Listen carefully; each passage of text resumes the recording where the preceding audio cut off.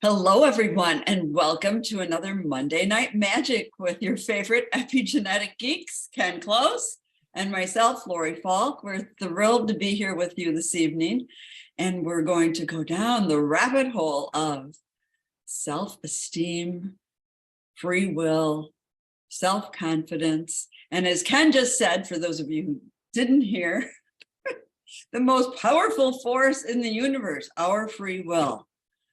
Wow, that's a lot.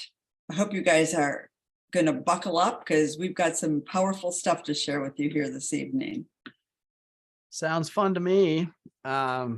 Yay. So, and by the way, if you guys know anybody that you want to join this call, please feel free to share and invite folks to jump in. We've got quite a bit to cover.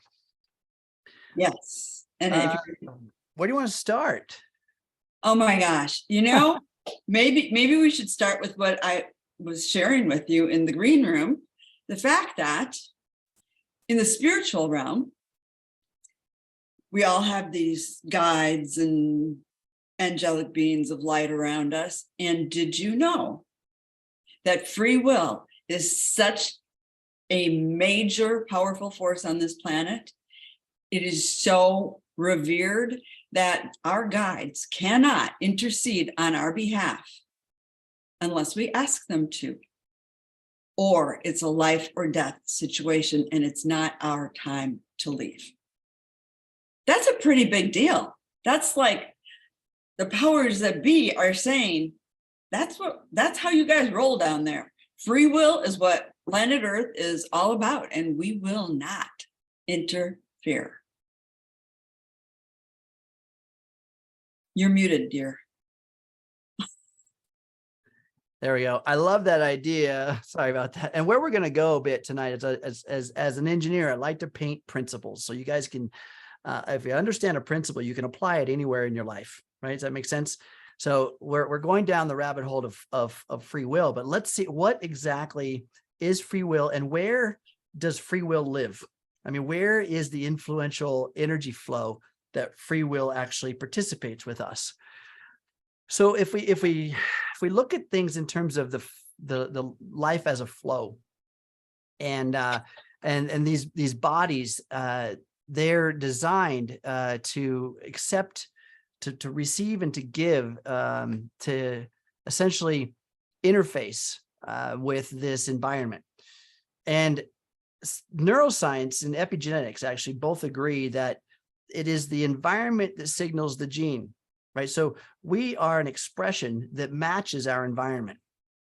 And then the interesting part about that is then we as a body, we interface with this environment, and therefore embodying the external world that we live in.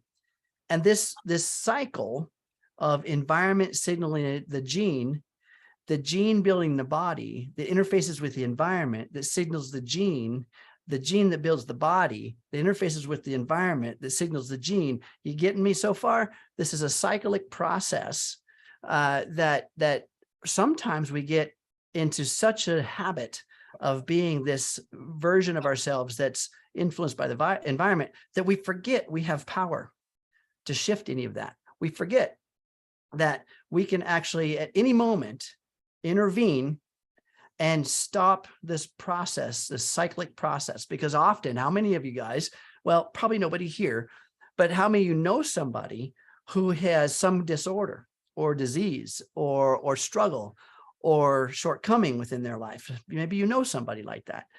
And it just so most of the time people think, that's just who I am. That's just how it is. Have you ever heard that? I mean, I know you've never said that, but you may have heard somebody say, well, that's just how it is. That's just who I am.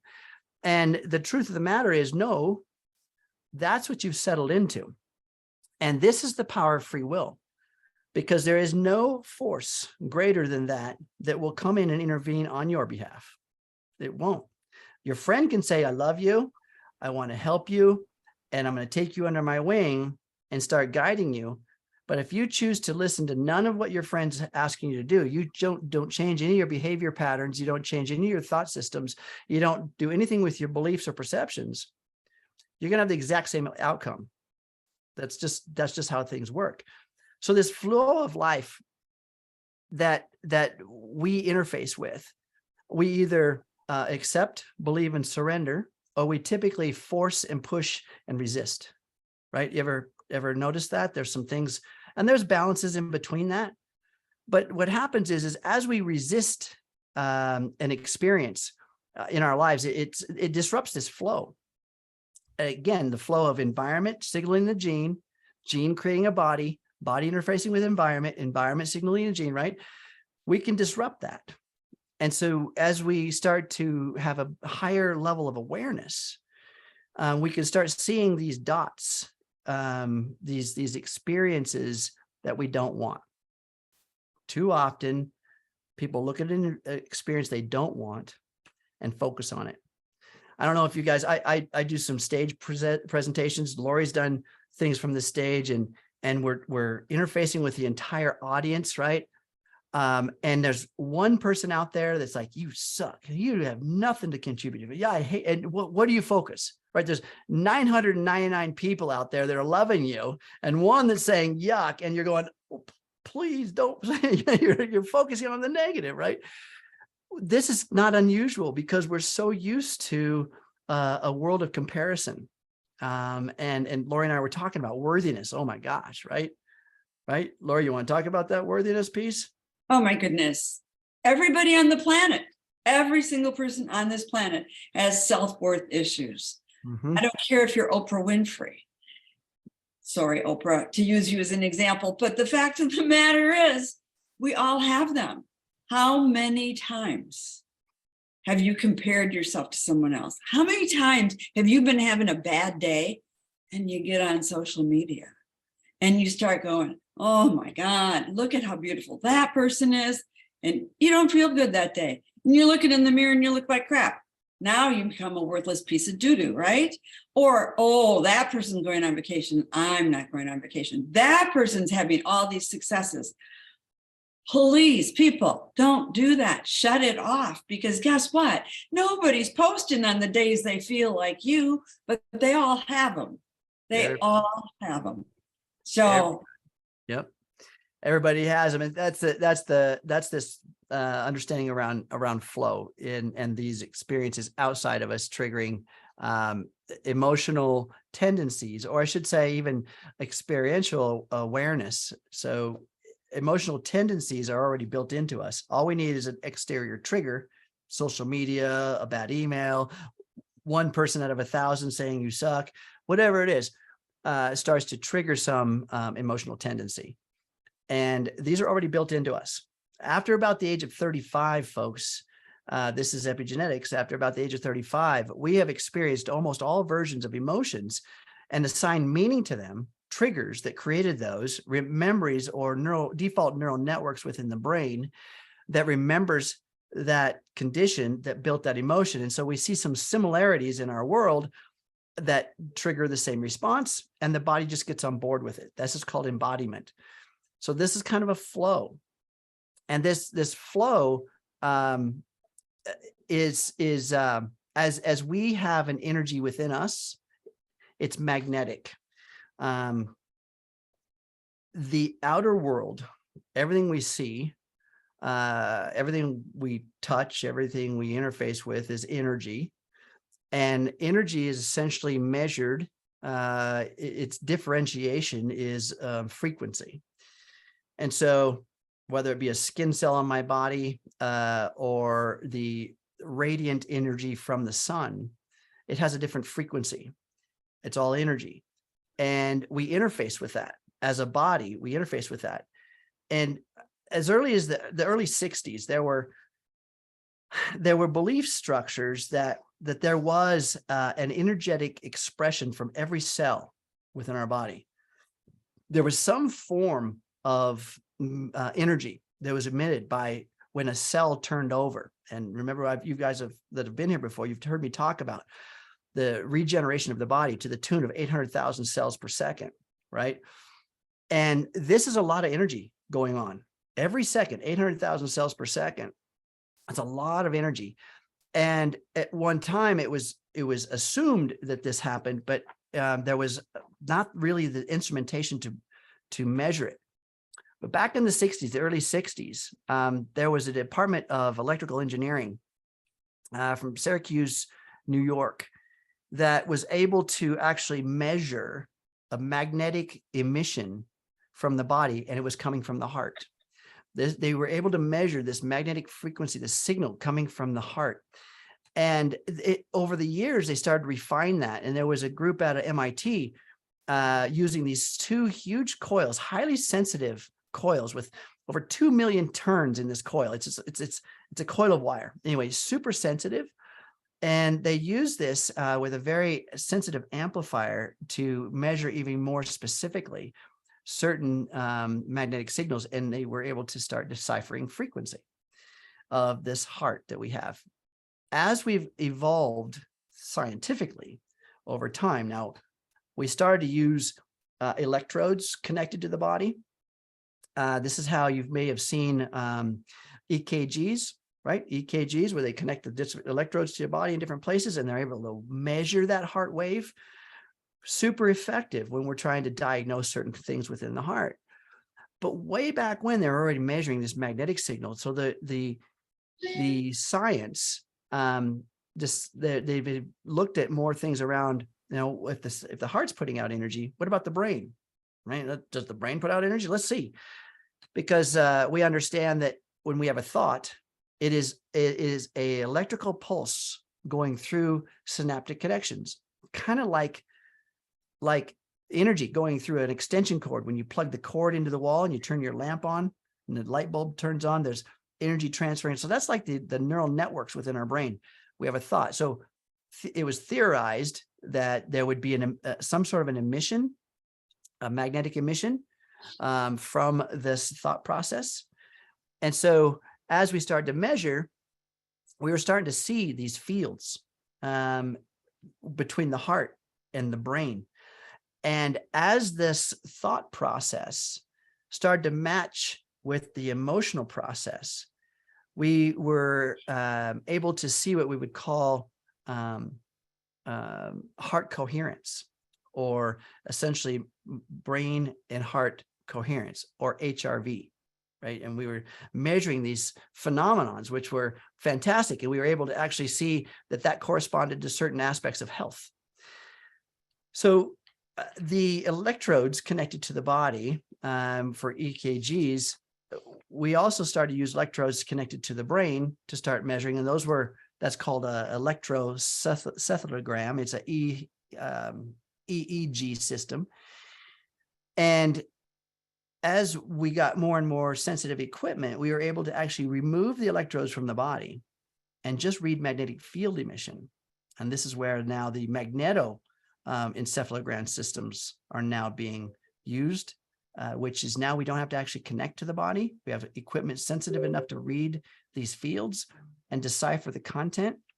So now I'm telling you this because I want you to start to see a principle. The principle of magnetic emissions, the principle of our emotional and thought processes, because thought is to the brain, which is the electrical signal in charge, as emotion is to the body, which is the magnetic signal in charge. And the two transmit an electromagnetic field, an emission out into the universe, out into the world, out into everywhere around you. And you guys probably know this because you've come in contact, close proximity with another human, and you've either felt, I like them or I don't like them, right? You feel some energy transference when you get close. Or you go up to a building or a room or something like that, and you can feel something, your senses start to tingle. This is the magnetic interface, the flow of life in which you're entangled with.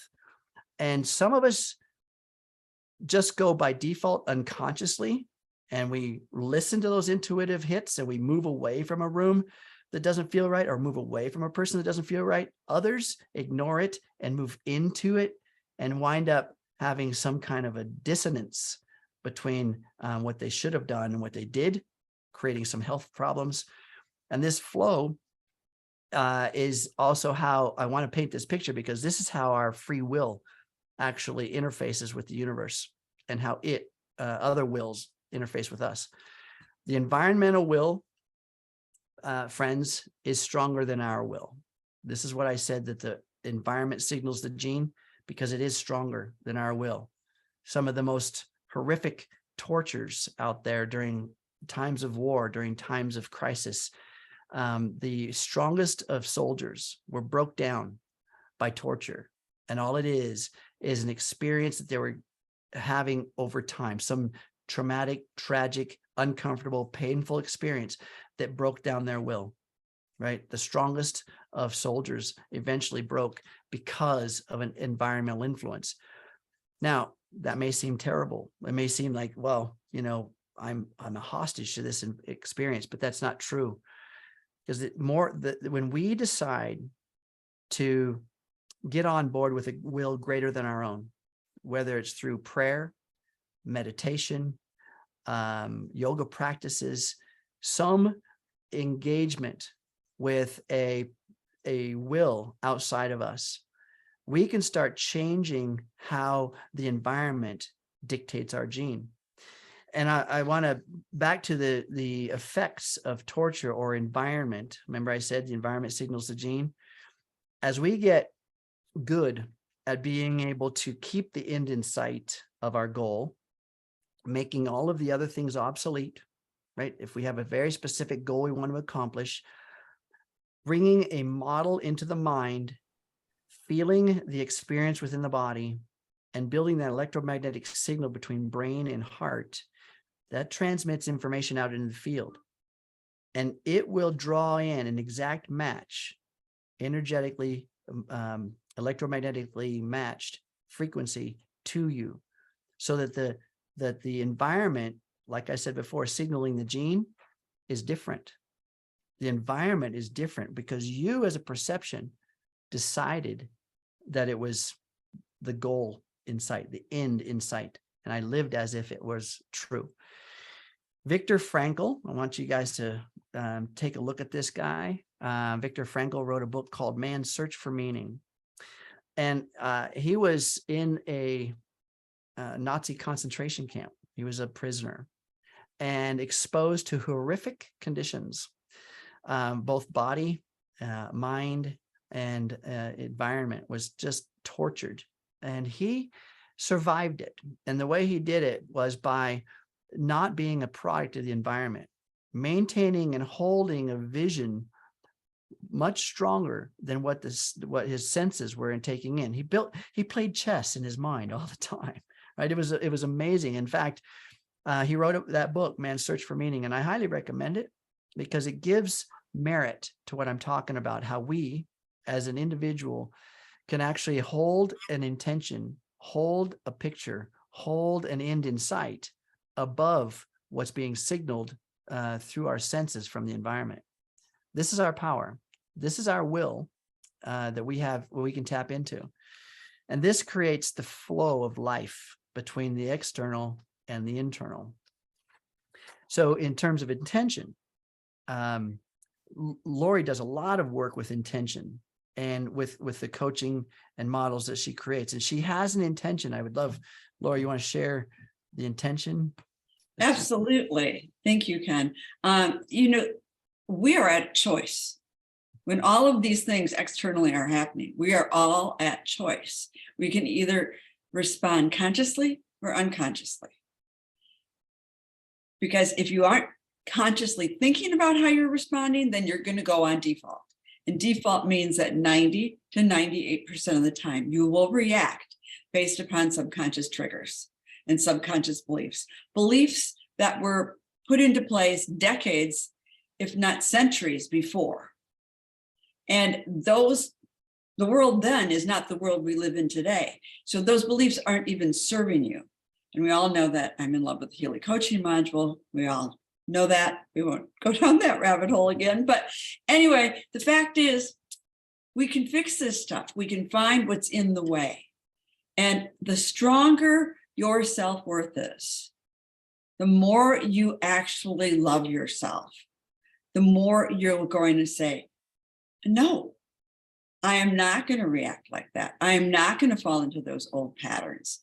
Instead, I'm going to consciously act in a more positive way, because that does not need to define me.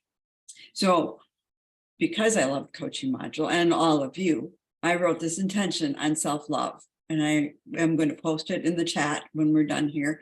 And I encourage you to put it into your coaching modules and find out what is in the way and what is preventing you from loving yourself to this level.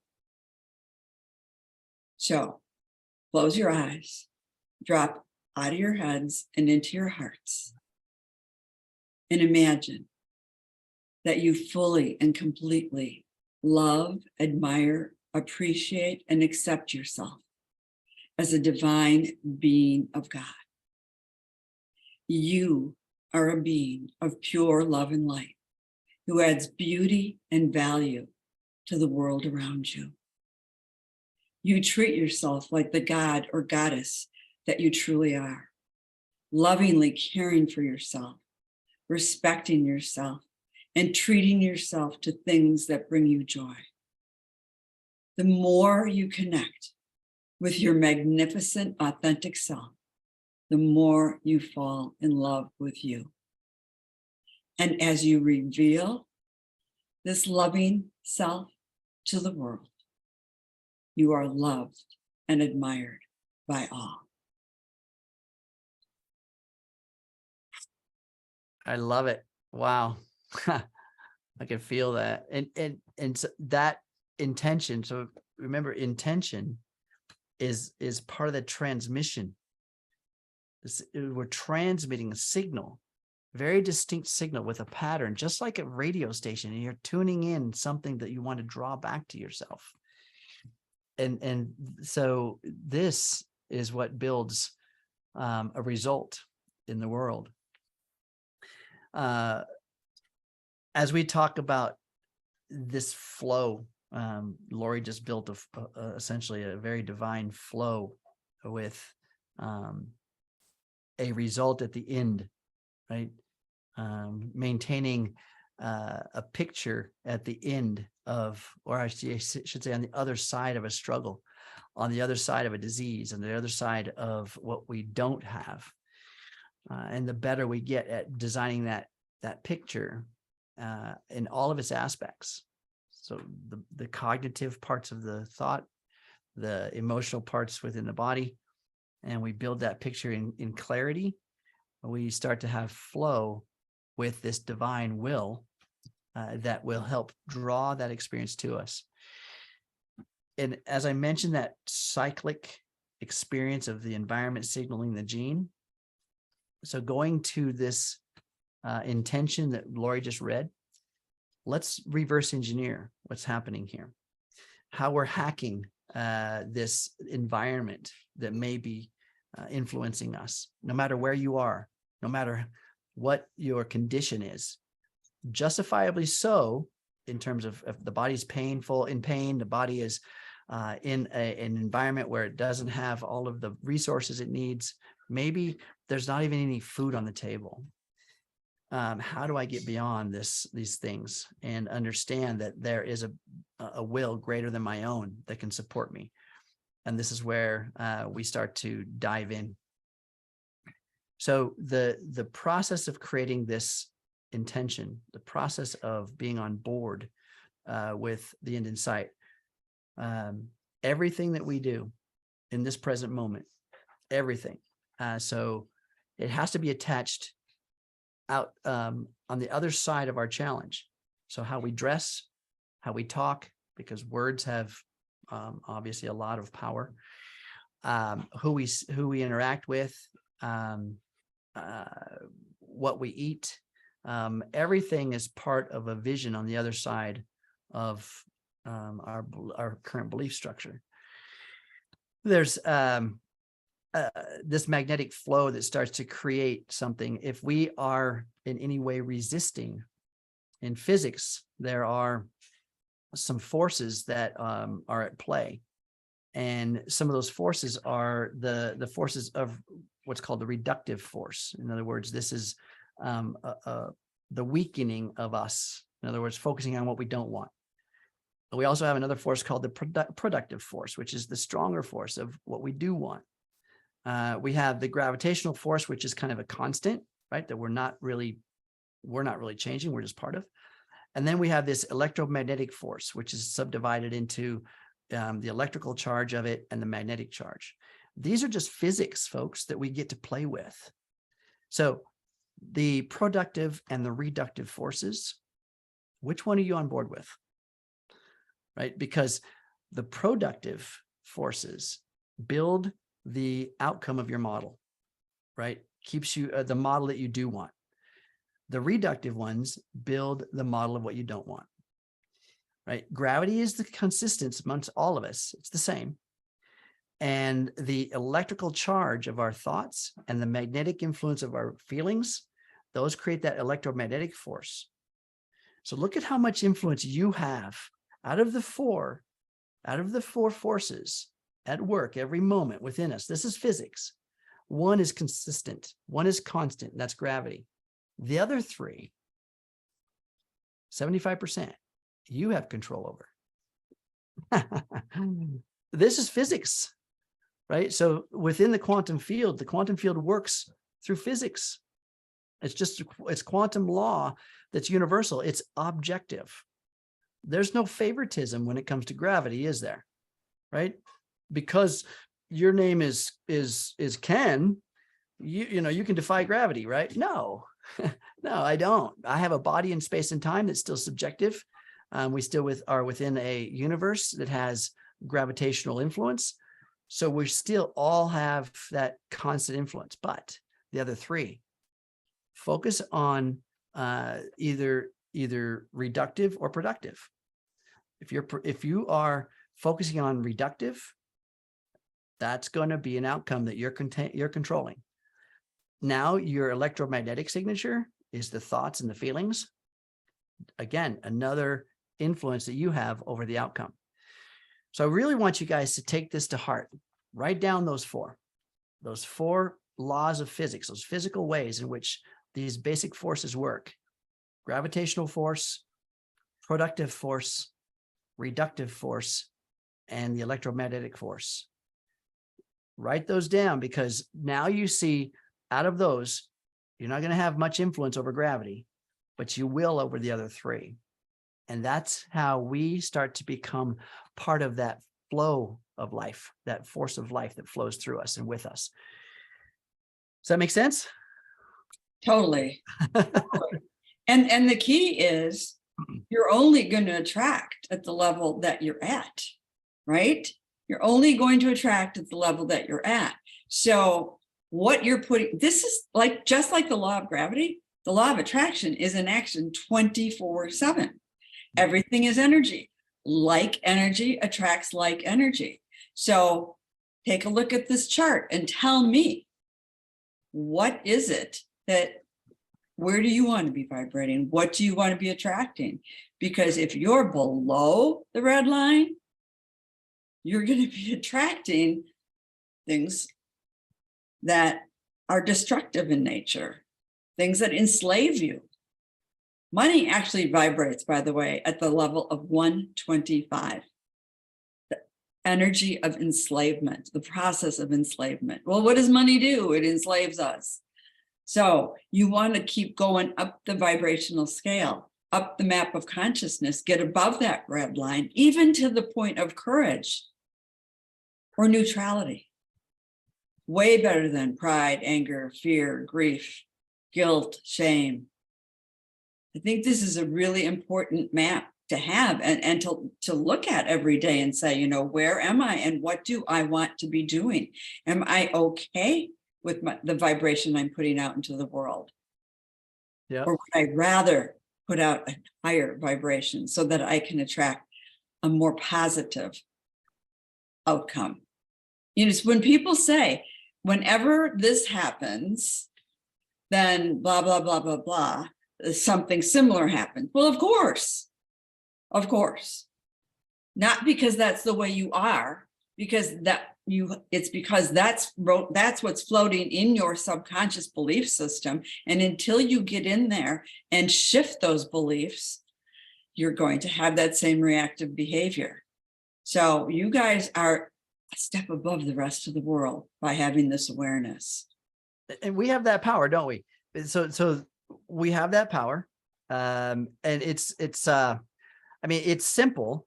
I'm not saying it's easy, but it is simple. I mean, if it were easy, probably everybody would do it, right? We have no disease anywhere, but it is a simple process. And it starts with our awareness. It starts with our awareness, and as it migrates from awareness, it goes to embodiment. We start to feel it. And that map of consciousness that you saw, the red line, I call the below the belt, anything below the belt kind of things. Because why? Because we're in that root center, that survival center of the body that is anchored in density, anchored in matter. And when we're anchored in matter, right, we're matter trying to change matter, it requires time. And this time, sometimes if something is so traumatic, it feels like it takes us forever to get beyond it. But we can hack all that. Our kung fu, as you might say, comes from being able to understand that we can build a model on the other side of any struggle, on the other side of any condition, on the other side of any goal. It doesn't matter if you're a homemaker or a highly tuned athlete. When there's some goal on the table, right? Whether it be just to be a better parent or to make the gold at the Olympics, the model that you have to really attach to is the other side of not having it. So you may not have it in this space and time. Okay, so that's the tangible things that in which the matter to matter influence is happening. So if we have a body that does not have the goal yet, that means it's not what we know now, it's what we don't know yet that's going to get us there. So this is an interesting equation. So when we put ourselves on the other side of the challenge, so as the person that has what we want, we think it, we see it, we smell it, we taste it, we feel it, we interface with it. Put yourself on the pedestal, winning the Olympic gold medal. Put yourself there. What would you do in that moment? You know, I mean, some people are like, hey, thanks, mom, right? Or they're just, whatever they're doing a selfie up there on the pedestal, whatever it is you're doing, you've got to build the model in its entirety. And you go there in every non-waking moment. And by the way, folks, to hack that a little bit faster, I do it in my waking moments as well. Have you ever had a daydream? Right? Sometimes you catch yourself daydreaming. What are you daydreaming about? Sometimes people are on board with what I said yesterday. Damn, why'd I say that? That was a stupid thing to say. I shouldn't have said that. Right? Right? That's a non-serving condition. That's a non-serving daydream. Sometimes you're daydreaming about vacation or something like that. Some fantasies going on in your brain. Whatever it is, the fantasies are fun, but if you're really diligent about achieving a goal, you have to keep that as your fantasy. You have to keep that as your daydream, so that you're building that model all the time. So we are in some variants of brainwave patterns. Beta brainwave patterns is the analytical side of life. This is probably where most of us are right now, is in the analyticals. We're taking down notes, we're listening, we're understanding, we're learning. The alpha brainwave patterns, this is where we're kind of in that creative sense. Sometimes maybe some of you guys that are artists or musicians that were in the mix of painting or creating something, and you lost track of time, that's alpha. That's alpha. The moment you let go of the big three, which is environment, body, and time, right? And you lose those, now you're an alpha, right? A lot of times people associate that with sleep because you're asleep, but that's theta and delta. So you're not even conscious at that point. So alpha is the ultimate of creative states, where you can be in an environment, but not be of the environment. In other words, time elongates. Emotions no longer have influence. And choice point starts to become endless and infinite. In other words, you have an experience that comes in, some outside influence. We see something, we hear something, we view something, we smell something, we taste something. And we have a pause. We have a moment of pause and awareness. And we don't have an emotional response just yet. We elongate that choice point so that we have more dominion over how the body responds, because the emotional condition of an outside experience, the environment, the emotional condition is the body's natural response to it. The body already knows how to feel lack or anger, all those below the belt ones and all the above the belt ones. The body already knows how to do that. I mean, and you know, anyone that's not quite 30, 35 years old yet are still building that model. But I'm past that. I know most of you are not, but I'm past that. And I have this embodied understanding of every emotional structure. And when I have a trigger outside of me, something my senses take in, it has a reference point within the body. And all it needs is validation from a thought. It just needs a thought. My senses need to take in content, validate the content with a thought, in other words, assign meaning to it. And then that assignment creates the chemistry or the peptides going into the body to have the emotion. And thought is to the brain as emotion is to the body, and the two enrich the experience of life. This, when we get complete control over or with this process, we can now start building the end in sight, and the body will have an emotional response of a memory of the future. Now get that for a minute. Listen, let that sink in for a minute. A memory of the future. What do you mean? A memory of something of the past. True. But when we're co-creators with the universe, when we are actual creators of our life, we're building memories of something on the other side of this present moment. We're building a memory of something we do want. Now, sadly, some, not you, some create memories of things we don't want. This is called worry. Okay, this is called worry. You want to know what worry means? It's creating an experience you don't want because it's not here yet. It's always something in the future. How many of you guys have ever worried about something from the past? Guess what? That memory of a worry of the past is you simply putting it on tomorrow, saying that I expect my past to be exactly like what's going to happen tomorrow. So I'm putting a worry of something that hasn't even happened yet based on a past that did. Now we're painting yesterday in this present moment to look exactly like tomorrow. And we've gone nowhere. Evolution has stopped at the point of yesterday. So as we start to build this model and using the techniques I was just talking about of who we want to be on the other side, the gold medalist standing on the podium, all of that content that we built within the body, we're building a memory of the future. And the body doesn't know the difference between an experience you have in your mind or an experience you've had in a three-dimensional space. The body is just objective, doing what it's supposed to do based on environmental influence. And what I just say, we build an environment, we have the outside environment, but it's our senses that perceive it.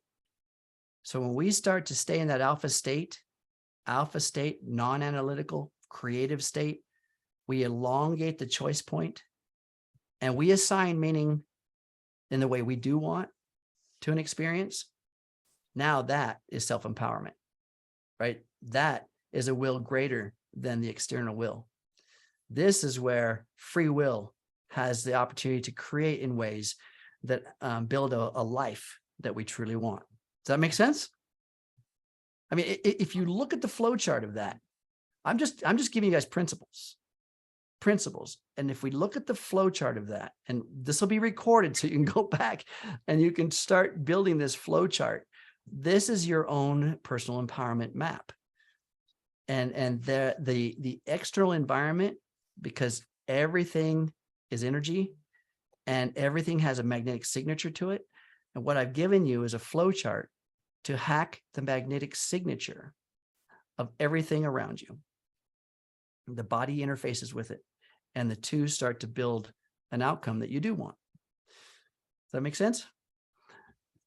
Do you want to add something to that, Lori? Absolutely. I mean, it's not easy. I mean, we were talking earlier about one of the toughest ones is, well, two tough ones. If you're sick Mm-hmm. and you're trying to feel better, and if you're financially struggling and you're really wanting abundance, because you really got to like totally flip and turn the world upside down and ignore your current reality and project into that daydream the vision of what you really, really, really, really want. Mm-hmm. And it's not, it's, you got to have tools, guys. Mm-hmm. You got to have tools. And we have tools. This being one of them, right? Mm-hmm. We have our beautiful Healy. Woo-hoo. So when you can't do it yourself, run a program. And yeah, use the coil. The coil's great. But when you really want to shift it, put on those bracelets. Right. That's that microcurrent that actually really hacks the signal genetic coding. Absolutely. Absolutely. Oh, sorry. Go ahead. No, that's okay. So, you know, we made a list of a number of the programs. Of course, we mentioned the coaching module. And I just did this with a client on Saturday with that same intention. And oh my God, he was blown away at the stuff that came up. Absolutely blown away. And it was actually only our second session together. And I happened to be friends with his girlfriend. And she called me the next day and she goes, I don't know what you did. He came home a different person. So that was very exciting.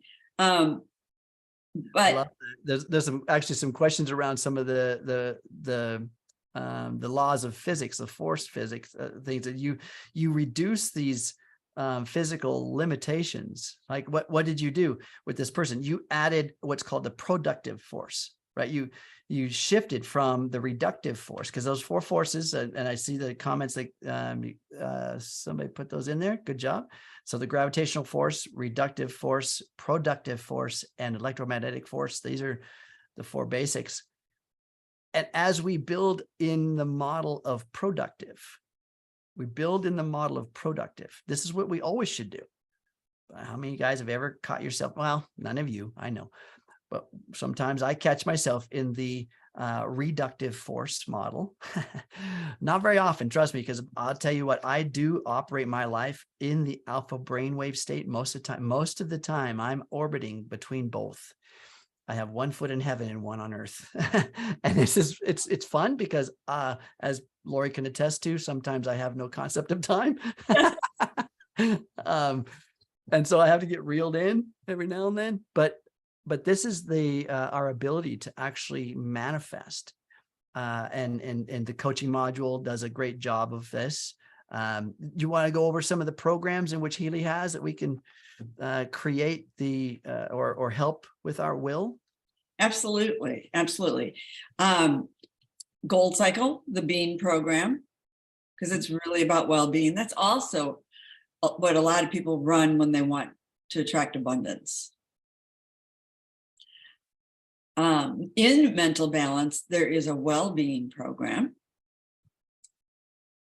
In Deep Cycle, we have Breath of Life. And I want to hang on one second. I want you guys to understand the significance of that right there for a moment, because if we look at our body in terms of energy centers, or some of you guys have heard of chakras, and where will lives, free will lives within the third center, or the solar plexus. And the solar plexus is what controls the breath rate, our breathing system, right? The way that we breathe, solar plexus. And so when it comes to what we're talking about in terms of free will, man, that energy center is kind of key in terms of alignment, blessing. I like to bless my energy centers. In other words, raise their energy, as well as find coherence within those systems, because each one of those energy centers has a plethora of systems and organs, cells, and then they interface with things about our world. So go ahead. Thanks, Lori. Oh, absolutely. And speaking of, chakras. Certainly the solar plexus chakra program would be a good one to run. You want to, go at this from every angle that you can. And the one that has oodles of programs for this, oodles, is the soul cycle. The whole soul cycle page, right? Is like what? Yeah. Like 80-90% is all about this. Confidence, self-confidence, burdens, serenity, acceptance, inner balance, happy, emotions, aura pure. That's, what do we say? There's 9 out of 12. 9 out of 12 is all about what we're talking about in terms of helping one's own inner will and confidence to actually express their divinity. And if we go back to the solar plexus for a minute and look at its significance in terms of HRV, right? Because heart rate variability is, or I should say even sympathetic versus parasympathetic state within the nervous system is highly, highly relative to HRV. And HRV is highly, highly relative to breath. So we have a conscious control system in which we can hack into our HRV and move the vagal tone of this body, which is, again, sympathetic versus parasympathetic. We can move the vagal tone of this body into order. And it's simply done by breath. And I one of the simplest of breath works that I like to talk about is a box breath, where we just essentially create an intake. So in other words, an inhale, a hold, an exhale, a hold, and a repeat. And we have each one of those legs the same size, against basically making a box. And if we use each leg in 3-second intervals, just to start with, so a 3-second intake, a 3-second hold, a 3-second exhale, a 3-second hold, and repeat. If you do that 5 times,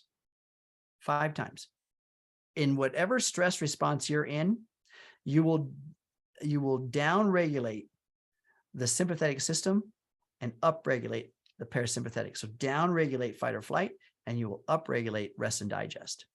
Okay. Rest and digest is where the body's healing. Repair, recovery, and growth. Doesn't matter what you're trying to do with it. But again, whether you're a homemaker or an athlete, repair, recovery, and growth is where the body is expanding and healing, right? I working with athletes, it's like one of those things. It's like if you can have the best workout in the world and have a horrible recovery protocol and your workout's worthless, right? Your gains are like minimal. And I guarantee you somebody with a better recovery protocol will beat you in a race. I promise you. So it's important that we understand that repair, recovery, and growth cycle and making it optimal. And it's done not just in nutritional protocols. No, not just in nutritional protocols. It is in maintaining a specific HRV or vagal tone within the body so that we can keep ourselves into that rest and digest. Okay, into that sympathetic or that parasympathetic system. So I want to do a little recap if I may. When we're looking at the flow of life, again, doesn't matter what your goals are in life, we are an intricate part of a whole. And as a dynamic body in space and time, we are reorganized to the tune of 800,000 cells per second, emitting magnetic energy, every single cell. And it interfaces with every other magnetic signature within our universe, every one. Water, plants, insects, other humans, every single one. And it builds a flow. And the measuring medium within that flow is magnetic energy. So remember what I said, the feelings in the body have a magnetic signature. The thoughts in the brain have an electrical signature, which also contribute to the magnetic field. So every bit about us is contributing to the flow. And we're either building a system of of coherence or incoherence, reductive or productive within the laws of force. That's what we're always doing. And so here's the choice. Here's the power. Here's our superpower. Within this flow of existence, are we being contributory, or are we being detrimental or destructive? We can't give, let me put it this way. We can't claim ignorance anymore. We have to take responsibility, because every component of our body has an influence on the components of other bodies. And the more unhealthy that we are as an individual, the more we're contributing to that as a whole. I've had people come to me and say, yeah, well, I got into this car accident, and how could I possibly be responsible for that outcome? Or I have, this person did this to me. How can I actually be responsible for that interface? Well, the truth is that our individual signatures draw it in. And when we resist a flow in life, in other words, we are reductive in our existence, we resist a flow. And this flow is something that we need to learn from. Some experience that we need to gain information from. And we resist it. We fight against it. We blame, we judge, we press against it. I promise it's going to come back. I promise it's going to rehearse itself over and over in your life. And you're going to find similar conditions to give you the same emotional response until you find a way to flow and allow it to go through you and not be you. So this is one of the, I guess, probably the most profound thing that I learned as I started to work with epigenetics in terms of changing this body, that I create me. And in every aspect, when I decide that I disbelieve that, I'm going to get challenges to prove it back to me. So we got about 6 minutes here. I don't know if we what we want to close out with anything special, Lori. I have a little exercise that I'm going to encourage everybody to do, because I'm such a proponent of loving yourself. And I agree with you, Ken. I mean, we attract at a level. There's something in us that attracts everything, even the worst that happens to us. There is. And if you can actually dig deep enough in and find out within yourself what could possibly be going on. There was something a couple of years ago that I couldn't possibly have imagined. With all the personal growth work I've done, I couldn't possibly have imagined how it had happened to me.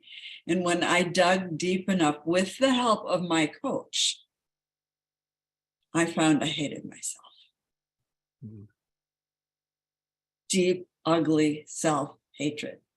Not just that I didn't love myself, but literally I hated myself. So even though you think you love yourself, I'm going to guess that there's stuff going on deep inside of you that means it's not the case. Because I bet for sure every single one of you have gone down the rabbit hole of, oh my God, you stupid, blah, blah, blah, blah, blah. I can't believe you did that. What were you thinking, right? We've all done that.